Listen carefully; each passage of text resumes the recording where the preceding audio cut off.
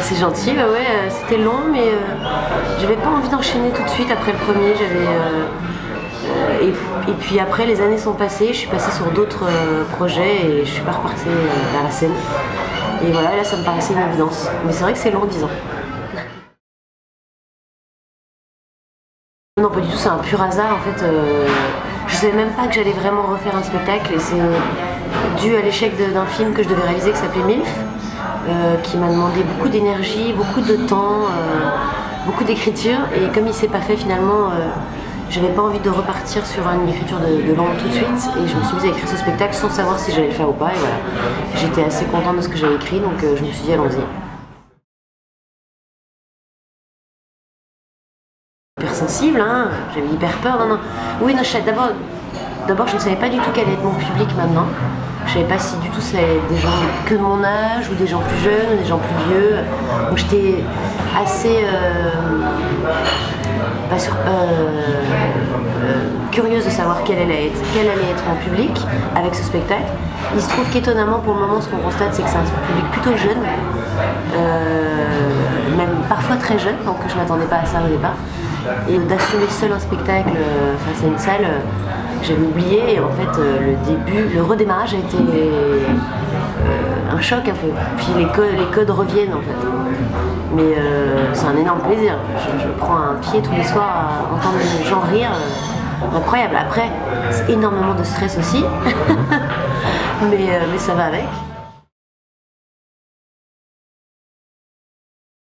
Je voulais absolument qu'il y ait un fil conducteur, je voulais pas que comme dans le premier spectacle, il y ait juste des sketchs avec des noirs, j'ai envie de faire un truc différent. Et quand j'ai lu tout ce que j'avais écrit, je me suis dit ok, c'est quoi le point commun entre tout ça? Et il y avait deux choix, soit la paranoïa aiguë, soit l'hypersensibilité. Et il me semblait que c'était plus l'hypersensibilité, et puis je suis allée un peu me documenter sur l'hypersensibilité, ce que c'est vraiment. Et je me suis retrouvée à 100%, donc voilà, et j'ai écrit un fil conducteur autour de ça. Et ça m'a même aidé à développer plus certains textes que j'avais déjà écrits, et d'aller plus loin dans des axes que j'avais pas travaillé plus que ça. Et voilà, et c'est exactement ce que je suis, oui, depuis toujours, l'hypersensibilité.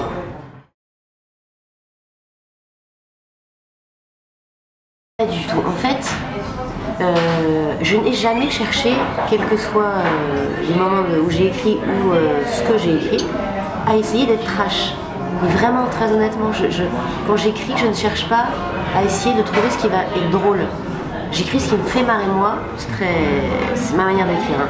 J'écris ce qui me fait marrer moi, j'essaye de le rendre complètement le plus taré possible, et après je vois si ça fait marrer les gens ou pas, et je garde ou pas. Ma volonté d'écriture n'est pas, tiens, ça je vais prendre ça et ça parce que ça va faire marrer les gens, et je vais écrire des trucs trash parce que ça va être drôle. Aucun moment, j'écris vraiment des thèmes qui me font marrer moi. En général, c'est souvent inspiré de moments de loose personnels ou des gens qui m'entourent que je pousse au maximum.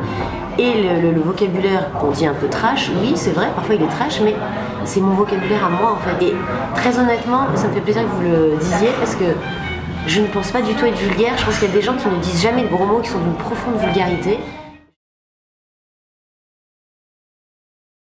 Je m'attendais pas du tout à ça. Et effectivement, c'est vraiment unanime, tout le monde me parle de ça. Tout le monde me dit qu'il y a une sensualité énorme qui se dégage de moi, donc du spectacle, et de ma gestuelle et de mes déplacements, et c'était pas du tout calculé. Donc je suis très très contente et très flattée d'être sensuelle à ce point-là. Et non, ça me fait plaisir, je trouve que ça rapporte sûrement un truc au spectacle en plus qui fait que ça doit être joli à regarder. Donc,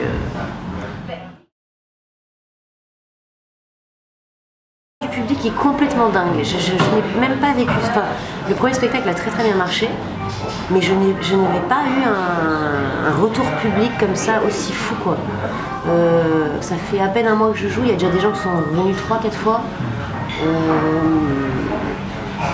J'ai des messages et des déclarations d'amour, de plaisir du spectacle incroyable, et bon, franchement c'est ultra agréable pour moi et super positif. Ouais, je suis très très contente. Et d'ailleurs le bouche à oreille prend très très vite parce qu'on vend de plus en plus de places et qu'on a dû prolonger le spectacle et tout, donc c'est dément. Je sors du spectacle lessivé, vraiment. D'abord parce que j'aime bien me donner à fond et que voilà, j'ai toujours l'angoisse que les gens puissent s'ennuyer, donc j'arrête pas. Et c'est vrai qu'émotionnellement, je crois que le spectacle, j'espère, n'est pas que drôle, il est aussi assez émouvant. Et il y a même des gens qui pleurent, donc voilà, donc c'est vrai que ça me demande un investissement assez fort qui fait que je suis très fatiguée. Aussi, je suis plus vieille, donc c'est peut-être ça.